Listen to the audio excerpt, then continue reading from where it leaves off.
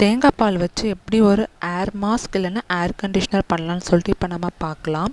அதுக்கு தேவையான பொருட்கள் பார்த்திங்கன்னா தேங்காய் பால், அப்புறம் கற்றாழை ஜெல், இது 2 தான் நமக்கு தேவை. இப்போ இந்த ஏர் மாஸ்க் எப்படி பண்ணலான்னு சொல்லிட்டு இப்போ நாம் பார்க்கலாம். அதுக்கு நான் இப்போ 4 டேபிள் ஸ்பூன் தேங்காய் பால் எடுத்திருக்கேன். 4 டேபிள் ஸ்பூன் தேங்காய் பாலுக்கு 2 டேபிள் ஸ்பூன் அலோவேரா ஜெல் எடுத்துக்கலாம். இதை நம்ம ஒன்றோடு ஒன்று நல்லா மிக்ஸ் ஆகிற மாதிரி கலந்து எடுத்துக்கலாம். இதை நம்ம ஒரு 5 நிமிஷம் தொடர்ந்து நல்லா கலக்கிட்டு வந்தோன்னா இது பார்த்திங்கன்னா க்ரீம் கன்சிஸ்டன்சிக்கு ஃபார்ம் ஆகிருக்கும். இப்போ நம்மளோட ஏர் மாஸ்க் ரெடி ஆகிடுச்சு. இதை நம்ம நம்மளோட ஸ்கேல்ப்லேருந்து நம்மளோட முடி நுனி வரையும் எல்லாமே அப்ளை பண்ணிக்கலாம். நம்மளோட முடிக்கு இதை அப்ளை பண்ண பின்னாடி 1/2 hour கழித்து நம்மளோட முடியை நம்ம அலசி எடுத்துக்கலாம்.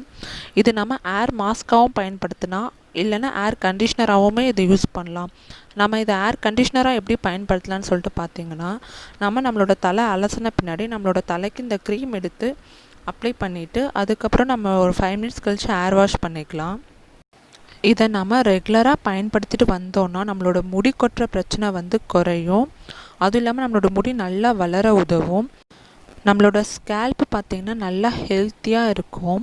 அதுவும் இல்லாமல் ஸ்கேல்ப்பில் பொடுகோ இல்லை பொடுகுனால் இருக்கிற அரிப்பு இருந்தாலுமே அந்த ப்ராப்ளமும் சால்வ் ஆகும்.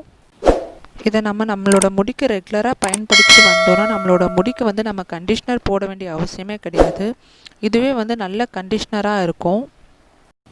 அலோவேரா ஜெல்லோடு நம்ம தேங்காய் பாலை கலந்து யூஸ் பண்ணுறப்ப நம்மளோட முடி கொட்டுறது குறைஞ்சி நம்மளோட முடி நல்லா வளர ஆரம்பிக்கும். நம்மளோட முடி பார்த்திங்கன்னா நல்லா ஹெல்த்தியாக இருக்கும். அதுவும் இல்லாமல் நம்மளோட முடி எண்ணில் பார்த்திங்கன்னா ஸ்ப்ளிட் எண்ட்ஸ் இருக்கும். அதுவும் சரியாயிடும் நம்ம ரெகுலராக இதை பயன்படுத்திட்டு வரும்போது. இதை நீங்கள் கண்டிஷ்னராக பயன்படுத்தணும்னு நினச்சிங்கன்னா இதை எடுத்து ஃப்ரீசரில் வச்சு ஒரு 4 hours கழித்து எடுத்து நம்மளோட முடிக்கு நம்ம பயன்படுத்திக்கலாம். அதாவது நம்ம குளித்த பின்னாடி நம்மளோட முடிக்கு நம்ம இது ஆஸ் யூஷுவல் கண்டிஷ்னர் மாதிரி பயன்படுத்திட்டு நம்மளோட முடியை அலசிக்கலாம். டிப்ஸ் ஆஃப் த டே பார்க்கலாம். நம்மளோட உதடு ட்ரையாக இருந்தால் நம்மளோட உதட்டுக்கு நாம் ஹனி தடவி 15-20 நிமிஷம் கழித்து வாஷ் பண்ணிக்கலாம். இதை நம்ம ரெகுலராக பண்ணோன்னா நம்மளோட லிப் பார்த்திங்கன்னா நல்லா சாஃப்டாக ஈரப்பதமாக இருக்கும்.